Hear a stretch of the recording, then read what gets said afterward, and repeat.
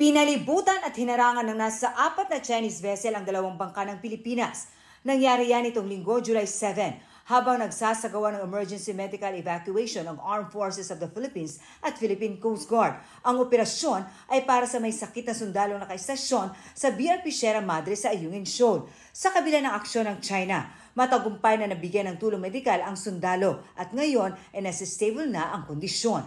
Pinalaga naman ng Philippine Navy ang ulat ng state-owned newspaper ng China na Global Times. Sabi nito, dapat na raw alasin ang BRP Sierra Madre sa Ayungin Shoal na dahilan umano ng pagkasira ng kalikasan doon. Sabi ng Navy, kasaysayan na rin daw ang makapagsasabi na ang China ang sumira sa kalikasan sa West Philippine Sea. We have to go back to history and check how they reclaimed their current bases in Mischief Reef, Johnson Reef, and the other reclaimed areas. They destroy the environment. Git pa ng Philippine Navy, mananatili ang presensya ng gobyerno sa Ayungin. We will not give up that ship. It is an indication of the government stand. It is the mandate of the AFP to ensure the integrity of the national territory. Ang National Task Force on the West Philippine Sea naman, sinabing walang katotohanan at panglilihis lang ang sinasabing findings umano ng mga Chinese expert. Sabi ni Assistant Director General Jonathan Malaya, ang China nga raw ang sumira ng mga coral sa Ayungin, gayon din sa pagkasira ng maritime environment na nakaapekto sa kabuhayan ng mga mangingisdang Pilipino. Sa katunayan, sa desisyon ng Permanent Court of Arbitration noong 2016, sinabing pinalala ng China ang dispute sa West Philippine Sea sa pamamagitan ng pagtatayo ng artificial island sa Mischief Reef.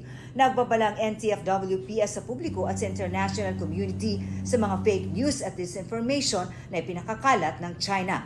Sa ulat naman ng Asia Maritime Transparency Initiative of the Center for Strategic and International Studies o MTCSIS, di bababa sa 4,500 na hektarya ng mga coral reef ang nasira dahil sa pagtatayo ng mga artificial islands ng China.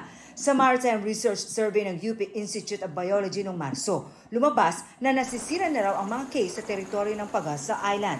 Konti na lang daw ang isda at corals doon. China ang tinuro ng Philippine Coast Guard na may kagagawan nito.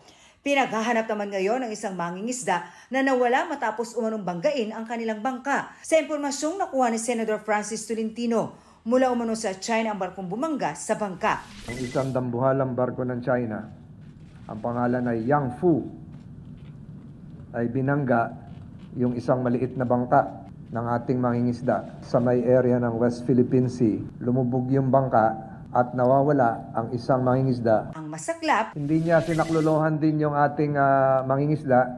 Tumakas na siya dire-diretso. So identified naman siya.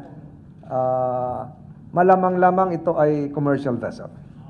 Hindi Coast Guard nila, hindi militia. sa impormasyon ng Philippine Coast Guard, nangyari ito noong July 3, 2024, mahigit 60 nautical miles mula sa Sampaloc Point sa Subic, Zambales. Sakay daw ng bangka ang magkapatid na Robert at Jose Mondeñedo. Nawawala si Jose habang nakaligtas si Robert na 3 araw kumapit sa kanilang payaw o yung palutang na pang-akit ng isda bago siya na-rescue ng isa pang bangka. Para sa GMA Integrated News, ako si Marisol Abduraman, ang inyong saksi.